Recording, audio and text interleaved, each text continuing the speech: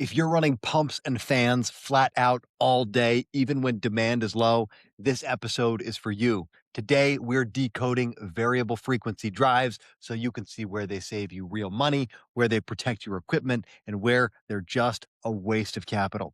I am Daniel Burke, and this is Energy Answers by Tactical Energy Group. I'm talking to you if you run an industrial plant, a water or wastewater treatment facility, a building with large HVAC systems, or a mining or municipal operation where motors, pumps, and fans are the heart of the process and the largest line on your power bill. Here is the short version. Electric motor driven systems eat more than half of the world's electricity, and in most facilities, they are the single largest energy user. A variable frequency drive is a device that sits between the grid and your AC induction motor and controls its speed and torque by adjusting frequency and voltage. Simple. When you use a VFD on the right application, usually a centrifugal pump or a fan with variable load and long run hours, you can cut energy use by 20 to 30+%, lower starting stress, reduce water hammer, and extend equipment life. If you bolt a VFD onto a motor that runs at full load all the time, you add cost and you can actually increase energy usage. The decision you have to make is motor by motor, pump by pump. Where does this thing pay back and where does it not? So let's start with the scale of the problem, because that is what justifies you spending mental energy on this topic. Electric motor driven systems account for more than 50% of all electricity generated worldwide. In your facility, think about every centrifugal pump, every fan, every air handler, every rotary screw compressor. Add them up, and they are probably the largest category driving your bill. If you're looking for a single lever to pull on the consumption side, motors are usually it. So, what is a VFD in practical terms? That's the topic of the day, after all. A variable frequency drive is not the motor, it is a control device that you wire between the grid and the motor. Grid power comes into the VFD input, the VFD output goes into the motor. Inside the drive, alternating current is converted to direct current, then back to alternating current at whatever frequency and voltage the drive commands. It does that with power electronics that switch thousands of times per second to create a controlled waveform. You do not have to care about the internal switching to make a decision. You just need to know that with a VFD in place, you can run that motor slower when the process does not need full flow, and you can ramp it up or down smoothly to match real world demand. So, why does that matter so much for energy? Well, that comes down to the pump and fan affinity laws. For centrifugal loads like pumps and fans, the input power is proportional to the cube of the shaft speed. In plain terms, if you drop speed to 80% of full speed, the power draw goes to roughly 51% of what it was. That is because 0.8 times 0.8 times 0.8 is just over 0.5. So a small reduction in speed produces a much larger drop in power. Traditionally, when you wanted less flow, you would throttle it with a valve or a damper. The pump or fan still ran at full speed. The motor still pulled nearly the same power. You just burned off the extra head across that restriction. VFD, instead of choking the flow, you slow the motor. Same outcome on flow, radically different outcome on kilowatts. That is the whole energy story in one sentence. One of the sources I studied framed it this way. Operators often see around 2.7% energy savings for every 1% reduction in VFD output on a good centrifugal application. When you step back and look at a pump or fan that runs thousands of hours a year, 20 to 35% savings on that motor is no small thing. It's real money. So let's make that concrete with a payback example. Take a 60 horsepower fan motor. It runs 15 hours a day, 300 days a year. Assume you're paying around 11 to 12 cents per kilowatt hour. If you run that motor at full speed, full load the whole time, the annual energy cost comes out to about $23,700. Now imagine you actually look at your operating profile and realize you only truly need full flow 30% of the time. 55% of the hours you could get by at 75% speed. The remaining 15% of the hours you can run at 50% speed. When you run that same calculation with a VFD controlling the speed to match those needs, the annual cost drops by a little over $10,600. And now I think you're tracking with me here. If the installed cost of the 60 horsepower drive, including hardware and integration, is around $15,000, then you divide 15,000 by the 10 plus thousand in annual savings. That is roughly 1.4 years. Expressed in months, it's about 17 months to get your money back. And after that, the savings accrue for the remaining life of the system. Now, that's just one example. Your numbers will not be identical, but the math pattern is the same. Energy savings scales with horsepower, hours, and how much you can actually slow the thing down. So, where do VFDs actually fit the best? They shine on centrifugal pumps and fans with variable load profiles and a lot of running hours. Think variable loaded air compressors, boiler and chiller feed water pumps, cooling tower fans, air handler supply and return fans, exhaust fans, and many industrial pumping and wastewater aeration systems. They're also valuable anywhere you have a process where flow or pressure changes over time, and you're currently handling that with valves or dampers. High operating hours are the big multiplier. If a pump only runs a few hours a week, you'll not get the same paycheck as one that runs 24/7. It is equally important to be clear about where VFDs do not fit. If a motor runs at full load, full speed, effectively all the time, there is no energy to harvest by slowing it down. In that case, adding a VFD just adds losses because the drive itself draws some energy to operate. You spend money on gear, you get complexity, and your consumption could actually go up slightly in that scenario. The only reasons to consider a VFD there would be if you need precise speed control for process quality, or you're solving a specific starting current or power quality problem. Beyond the energy, there is a reliability story that a lot of people do ignore when it comes to VFDs. First, water hammer. Certain sudden changes in flow, especially when starting or stopping pumps, can create pressure waves in your piping that slams valves and hit pipe walls. Over time, that can crack fittings, loosen joints, and generally beat up your system. With a VFD, you do not slam the pump on at full speed and you do not slam it off. You can ramp it up and ramp it down gradually. That smooths out those hydraulic shocks and can extend the life of both equipment and piping. Second, inrush current. Standard induction motors pull a starting current that can be around 6 times their rated current when started across the line. The very first instant can be even higher. That big inrush stresses electrical gear, can dim lights, and in some cases trips breakers or causes nuisance alarms. A VFD lets you start the motor at lower voltage and frequency and ramp it up, which keeps starting current much closer to rated current. If inrush current is the only issue you have and your load is otherwise constant, a soft start, which ramps voltage at startup but does not vary speed in normal operations, may be a cheaper and simpler fix. Third, pressure and mechanical stress in older piping. In systems with older mains or fragile piping, running at high pressure all the time accelerates leaks and failures. A VFD can let you run pumps at lower pressure during periods of low demand and only raise pressure when it is genuinely needed. That reduces the stress that leads to leaks, dislocations, and wall leaking. There are also pure process control benefits. If you have rolling applications or any process where material quality depends directly on speed, a VFD with an encoder feedback loop can hold roller speed very tightly. That protects product quality. Many modern drives also ship with integrated PID control. That means you can wire the sensor signal, say pressure or level transmitter, straight into the drive and let the drive adjust speed to hold the set point.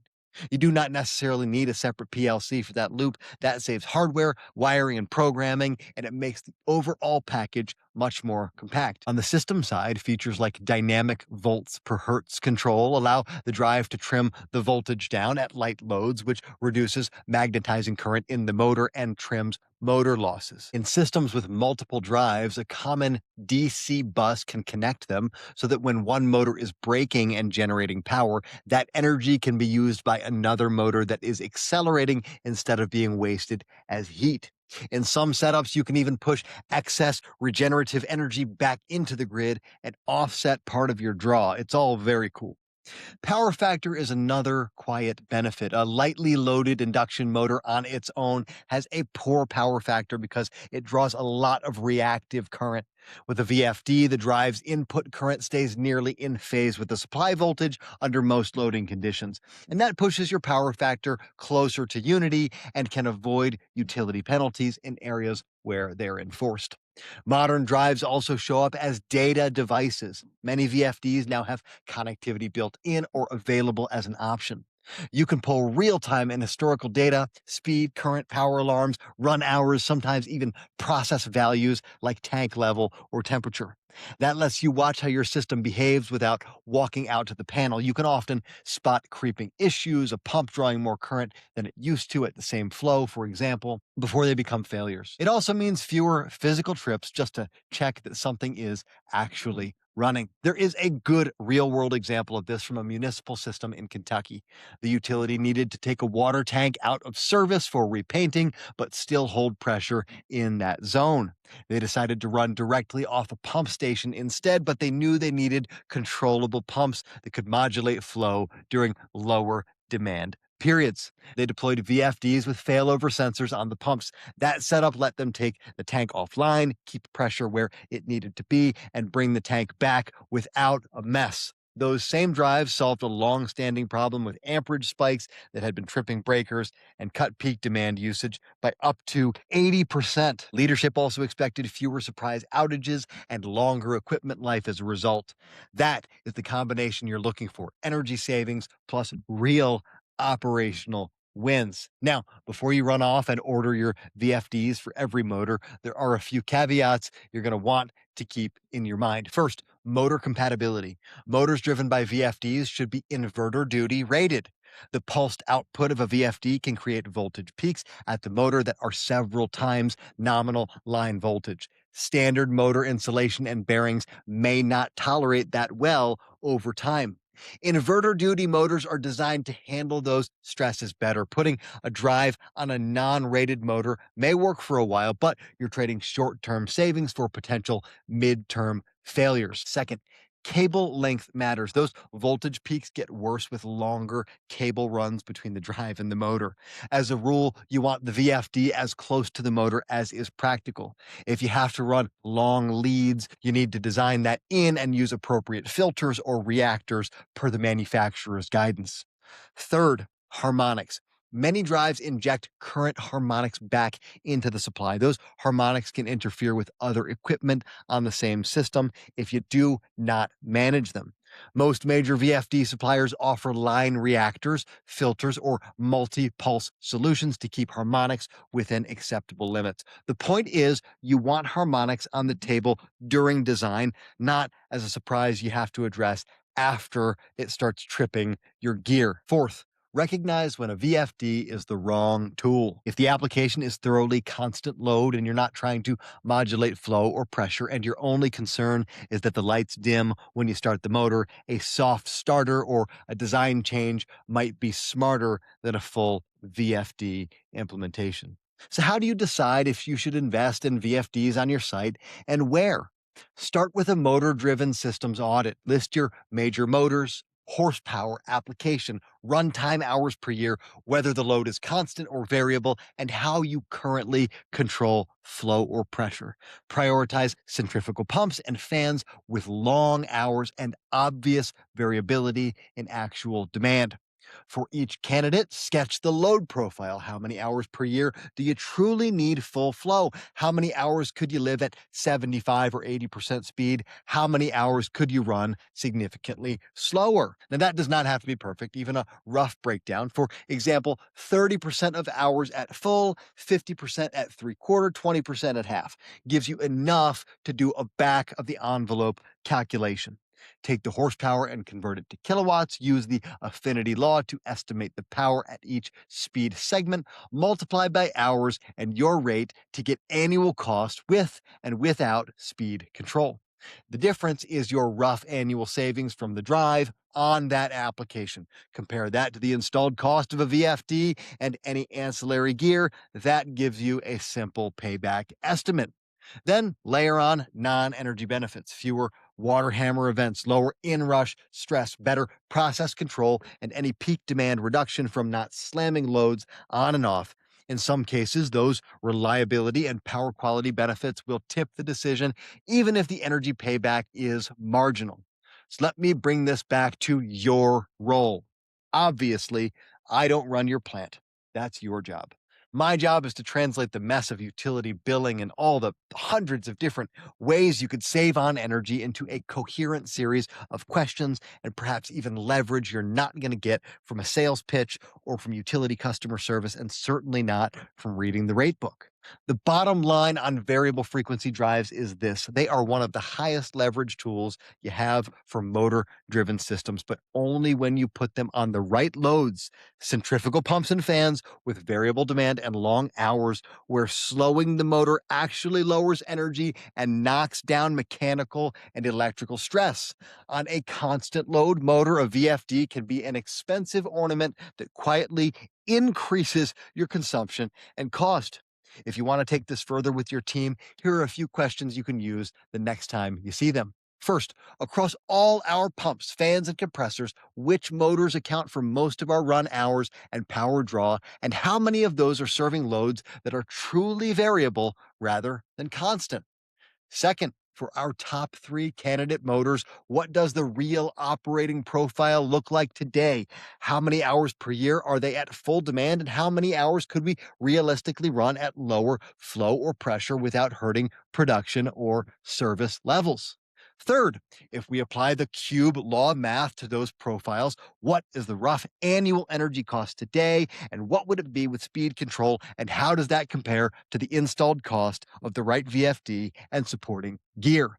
Fourth, before we sign any proposal, what non energy issues, water hammer, inrush current, breaker trips, pressure, stress on older piping, could a VFD actually solve for us? And where would a soft starter or a different design change be a better fit? Hey, if today's episode raised more questions than answers and you want help evaluating a high stakes energy decision like this, we built something to help you do just that. For Indiana commercial and industrial operators with a serious electric bill who are actively considering a high cost, high stakes energy decision over the next 6 to 12 months, we offer an energy decision blueprint. This is for operators who actually want to see their own numbers clearly, not people who are just curious about VFDs. It starts with a short discovery call to make sure your energy spend, project size, margin for error, and potential savings are significant enough to justify a deeper examination. It's a practical conversation all about how your facility runs and what you are trying to achieve. If it makes sense to move forward, the next step is a structured data collection process where we gather the last 12 months of bills, interval data when it's available, and a clear picture of your shifts, major loads, and the operational contexts and requirements and restraints you live inside of and work with every single day. Then we hold a 45 to 60-minute working session where I, and when it makes sense, one of our other energy engineers, run that data through a comprehensive analysis, the same kind we use with our own customers. We look at exactly how you're currently being billed and why, which is so important, how the project or projects you're considering would behave on your specific rate and on any other rates available to you, and what the best and worst case scenarios look like in terms of cost reduction, both in units and unit cost. You've got to consider both of those kind of components and any power quality considerations you need to keep in mind as you evaluate the project. And then after that, you get a simple board ready 1 or 2 page summary that lays out your current situation, the realistic range of outcomes for the main options, and my view on whether there's a strong savings opportunity available to you or not. For qualified accounts, the Energy Decision Blueprint is free, and there are only two acceptable outcomes. If there's a real opportunity, we'll show you exactly what next questions to ask and the next steps to take for a successful implementation. But if there's not, we'll get to the bottom of it as quickly as possible and tell you exactly why it won't work so you can stop wasting time on a project that just will not serve your needs. And if we uncover additional opportunities you've not yet considered, we'll spell those out clearly for you too. If you'd like to go through the energy decision blueprint process, go to tacticalenergygroup.com and look for Energy Decision Blueprint, or you can use the link in the description below. Again, that's tacticalenergygroup.com. Thank you for listening to Energy Answers by Tactical Energy Group. If this helped, send it to another operator you know who's dealing with the same headaches and energy questions, and visit tacticalenergygroup.com to get more practical tools for your facilities.